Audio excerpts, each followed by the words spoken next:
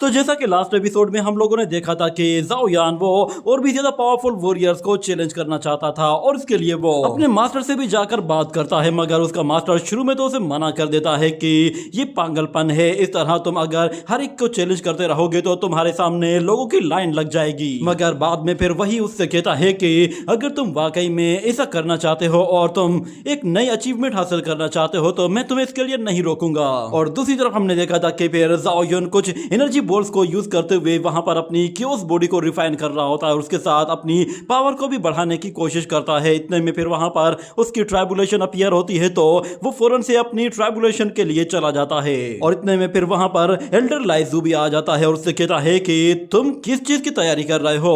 तो जाओ यान उसे सारी बातें बता देता है, जिस पर एल्डर लाइजू से कहता है कि मैं एक ऐसी जगह के बारे में जानता हूं जहां तुम अच्छे से ट्रेनिंग कर सकते हो।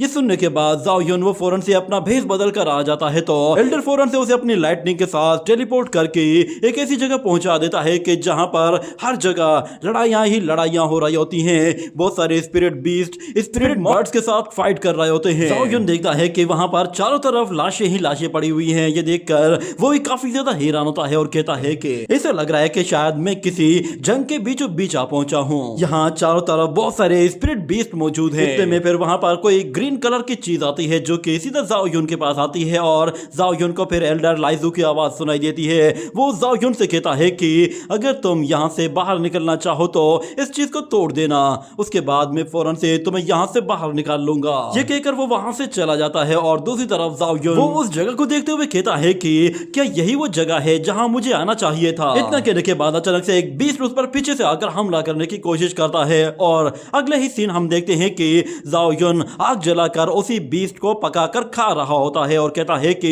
सच में ये जगह तो बहुत ही ज्यादा मजे की है, यहाँ पर तो हर जगह मजे मजे का खाना ही खाना है। ऊपर एक लड़की बैठी हुई होती है, वो जाओ यून से कहती है कि तुम क्या यहाँ पर सिर्फ बारबेक्यूज बनाने के लिए आए हो। तो जाओ यून कहता है कि मेरे खाने पर नजर मत रखना, मैं तुम्हें एक निवाला भी नहीं दूंगा। मगर वो लड़की नीचे उतर कर आती है और कहती है कि तुम अब भी अपने खाने के बारे में सोच रहे हो, जबकि डीमन ट्राइब ने पहले ही तुम्हारे अगेंस्ट ऑर्डर जारी कर दिया है और वो लोग तुम्हें खत्म करने के लिए आते ही होंगे। तो जाओ यून कहता है कि क्या वो लोग मेरे पीछे क्यों पड़े हैं। तो वो लड़की बताती है कि जरा अपने आसपास देखो तो सही, तुमने उन डीमन ट्राइब के कितने लोगों को खाया है। ऐसा लग रहा है कि जैसे तुम डीमन से भी बड़े डीमन हो। उन सबको खाने के बाद भी पूछ रहे हो कि मैंने किया क्या है। पर खैर तुम तो अपनी जान बचाने के लिए कहीं पर जाकर छुप जाओ, मैं जाती हूँ आगे, बहुत सारे और भी होली बीस्ट आने हैं। ये कहकर वो तो वहां से जाती है, मगर जाओ यून कहता है कि क्या अभी आगे और भी ज्यादा होली बीस्ट आने हैं, जरूर वो होली बीस्ट इनसे भी ज्यादा टेस्टी होंगे। ये सुनकर वो लड़की जोर जोर से हंसना शुरू कर देती है और कहती है कि तुम तो सच में काफी इंटरेस्टिंग हो। अगर तुम्हारी किस्मत अच्छी रही तो तुम इस बैटलफील्ड में जिंदा बच जाओगे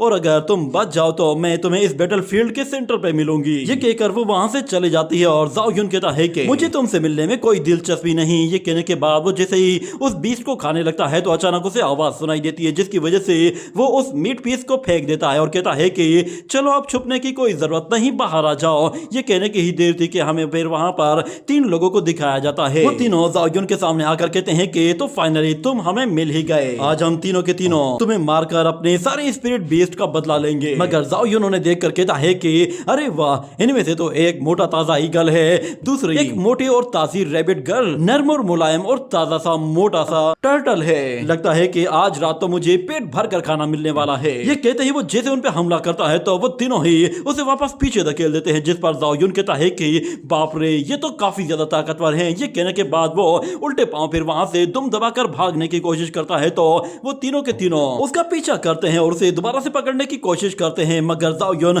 काफी तेजी से भाग रहा होता है। और वहां पे मौजूद वो ईगल मैन कहता है कि तुम एक नंबर के ढक्कन हो, तुम्हें हम तीनों को चैलेंज करना चाहिए, तुम बुज़दिलों की तरह यहाँ पर भाग रहे हो। ये कहने के बाद वो उसके ऊपर से एनर्जी अटैक्स भी करना शुरू कर देता है और दूसरी तरफ वो रैबिट गर्ल कहती है कि तुम जितना ज्यादा हमें तंग करोगे, हमें तुम्हें मारने में उतना ही ज्यादा मजा आएगा। ये कहने के बाद वो भी उसके पीछे पीछे जाती है और वो देखती है कि जाओ यून काफी तेजी से भाग रहा है, जिस पर वो कहती है कि तुम्हें लगता है कि तुम्हारी स्पीड काफी अच्छी है। ये कहने के बाद वो अपनी असली स्पीड को शो करती है तो वो भी रैबिट की तरह बहुत ही तेजी से भागते हुए उसके पास पहुंच जाती है और कहती है कि हेलो दोस्त, कैसे हाल हैं। ये कहने की ही देर थी कि जाओ यून पलटकर उसके मुंह पर ही एक जोरदार पंच दे मारता है, जिसकी वजह से वो लड़की वहां से दूर जा गिरती है और जाओ यून कहता है कि अरे वाह, ये तो अभी भी जिंदा है, इसका मतलब है कि ये वाकई में एक असली होली बीस्ट है। और फिर इतने में सिस्टम भी एक्टिवेट हो जाता है और उसे बताता है कि तुमने एक सेंट लेवल के वॉरियर को मारा है, जिसकी वजह से तुम्हें 10 रिवार्ड पॉइंट्स दिए गए हैं। ये सुनकर ज़ाओ युन खुश हो जाता है और कहता है कि मजा ही आ गया, आज तो एक पंच मारने पर 10 पॉइंट मिले हैं। वो अब उन होली बीस्ट को चिढ़ाने के लिए जानबूझकर उनसे कहता है कि मुझे मालूम नहीं था कि होली बीस्ट इतने ज्यादा कमजोर होते हैं कि वो मुझे अकेले से भी मुकाबला नहीं कर पाएंगे। तुम तीनों मिलकर भी मुझे छू तक नहीं पा रहे, सच में कितनी शर्म की बात है। तुम लोग खुद को होली बीस्ट कहते हो और तुम मुझ तक पहुंच भी नहीं पा रहे। ये कहने के बाद वो ईगल मैन ऊपर आते हुए कहता है कि शायद तुम्हें नहीं मालूम मगर मैंने हुआंग जिंगयू को भी मारा है। ये कहने के बाद वो उसके ऊपर एनर्जी अटैक करता है तो ज़ाओ युन बच जाता है, मगर वो ईगल मैन अपने रियल ईगल फॉर्म में आ जाता है और ज़ाओ युन के ऊपर आग के गोलों की बारिश कर देता है। और इतने में एक अटैक उसके बिल्कुल पास आकर गिरता है, जिससे वहां पर हर जगह धूल मट्टी उड़ने लगती है। और वो ईगल मैन जब वहां पर आता है तो वो देखता है कि ज़ाओ युन वहां पर आसपास कहीं भी नहीं है। उसे लगा कि शायद वो यहाँ से दुम दबाकर भाग गया होगा। वो अपने दोस्तों से कहता है कि सब लोग चारों तरफ फैल जाओ और ढूंढो कि वो कहाँ है। ये कहने के बाद वो खुद उड़ते हुए वहां से ऊपर की तरफ चला जाता है और टर्टल मैन वहीं पे ही खड़ा रहता है। इतने में अचानक ज़ाओ युन वो उसके पीछे से आते ही उस पर एक बहुत ही जोरदार एनर्जी पाल्म अटैक करते हुए उसे उठाकर वहां से दूर फेंक देता है, जिस पर उसे फिर से सिस्टम 10 रिवॉर्ड पॉइंट्स दे देता है। देखकर ज़ाओ युन बहुत ज्यादा खुश हो जाता है और कहता है कि आज तो मजा ही आ गया, एक एक अटैक पर 10-10 पॉइंट मिलने लगे हैं। ये कहकर वो वहां से जैसे ही भागता है तो वो टर्टल मैन कहता है कि तुम मुझे मारने के बाद कहां भाग रहे हो, आओ जरा मैं तुम्हें दिखाता हूं कि मैं क्या कर सकता हूं। और ऊपर से ईगल मैन कहता है कि मामूली से ह्यूमन जरा बाहर तो आओ, मैं देखना चाहता हूं कि तुम क्या कर सकते हो।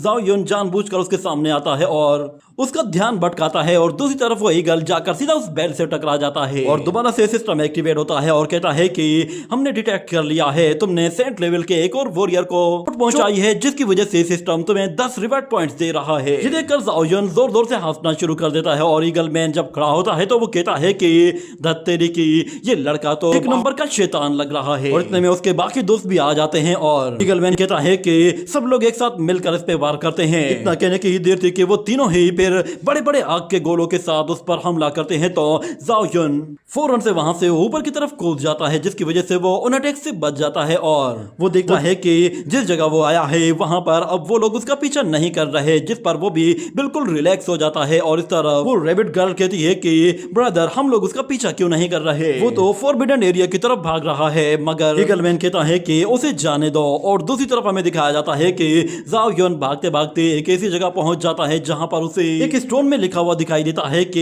ये एक फॉरबिडन एरिया है जहां डीमन क्लैन का कंट्रोल है। ये देखकर ही उसे एक जोर का झटका लगता है और वो कहता है कि आसमान से गिरा और खजूर पे अटका। इतना कहने की देर थी कि कुछ ब्लैक एंड व्हाइट सोर्स उसकी तरफ आती हैं और वहां पर एक जोरदार धमाका होता है। और दूसरी तरफ वो ईगल मैन जोर जोर से हंसना शुरू कर देता है और कहता है कि ये फॉरबिडन एरिया की तरफ भाग कर गया है, इसका मतलब ये है कि इसने खुद अपनी मौत को दावत दी है, क्योंकि हमसे शायद ये बंदा बच भी चाहता मगर फॉरबिडन एरिया में जाने के बाद इसके बचने का कोई भी चांस नहीं। और फिर वो टर्टल मैन कहता है कि ब्रदर मेरे ख्याल से हमें इसकी मौत का रिवॉर्ड अपने पास रखना चाहिए, क्योंकि वैसे भी कोई नहीं जानता कि ज़ाओ युन को हमने मारा है या फिर किसी और ने। मगर वो ईगल मैन कहता है कि जो भी टकराएगा वो टूट जाएगा। और वो रैबिट गर्ल भी कहती है कि वाह ब्रदर तुमने क्या डायलॉग मारा है। मगर मैंने पूछना यह था कि अभी बहुत जल्द डीमन एम्परर की टॉम भी एक्टिवेट होने वाली है, हमें फौरन से वहां पर जाना होगा, कहीं ऐसा ना हो कि हमसे पहले वहां पर कोई और पहुंच जाए। हम लोग इस लड़के की बॉडी को जाकर लेकर आते हैं। मगर वो डीमन एम्परर कहता है कि नहीं तुम लोग वहां पर नहीं जा सकते, वहां पर मैं खुद से जाऊंगा। जिस पर वो लड़की भी थोड़ा सा गुस्सा होती है और ईगल मैन कहता है कि मैंने कहा ना तुम लोग यहीं पे ही रुक जाओ। और वो टर्टल मैन से भी कहता है कि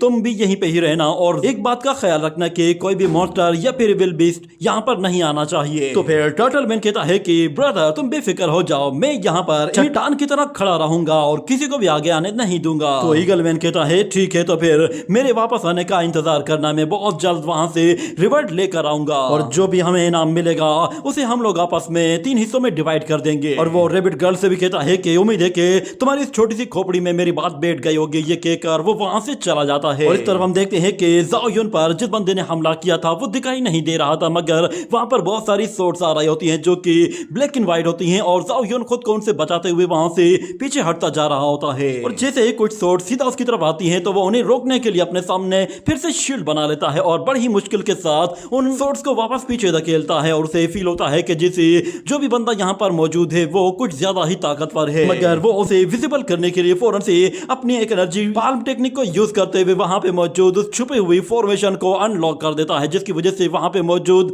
वो इनविजिबल बंदा उसे अब दिखाई देने लगता है और उसे पता चल जाता है कि यहाँ पे जो बंदा मौजूद है उसने अर्थ रिफाइनिंग फॉर्मेशन टेक्निक को यूज किया है और फिर वो वॉरियर जाओ यून के चारों तरफ गोल गोल घूमना शुरू कर देता है और जाओ यून को कंफ्यूज करते हुए जैसे उस पर सोड अटैक करता है तो जाओ यून उससे बाल बाल बचता है। इसी तरह फिर वो बंदा बार बार एक के बाद एक अटैक किए जा रहा होता है और जाओ यून को मौका ही नहीं मिल रहा था कि वो उस पर पलटवार कर सके। वो जैसे तैसे बस किसी तरह खुद को उन अटैक से बचा रहा होता है और उन्हें ब्लॉक करने की कोशिश करता है, मगर वो वॉरियर इतना ज्यादा फास्ट और काफी ज्यादा स्ट्रॉन्ग होता है कि जाओ यून उसके अटैक से बिल्कुल बाल बाल बचते हुए कहता है कि ऐसा फील हो रहा है कि जैसे इसके हर एक अटैक में एक सोड मूव छुपा हुआ है जो कि सोड फॉर्मेशन से बना हुआ है, यानी कि एक अटैक के अंदर इसने बहुत सारे अटैक्स छुपाए हुए हैं। ये कहते ही वो उसका हाथ पकड़कर उस पर अपनी एनर्जी पाल्म से अटैक करते हुए उसे किसी तरह पीछे धकेलने में कामयाब हो जाता है, मगर वो वॉरियर भी हार मानने वाला नहीं था। वो दोबारा से अपनी मल्टीपल सोर्ड्स को उसके ऊपर लेकर आ जाता है और जैसे ही उस पर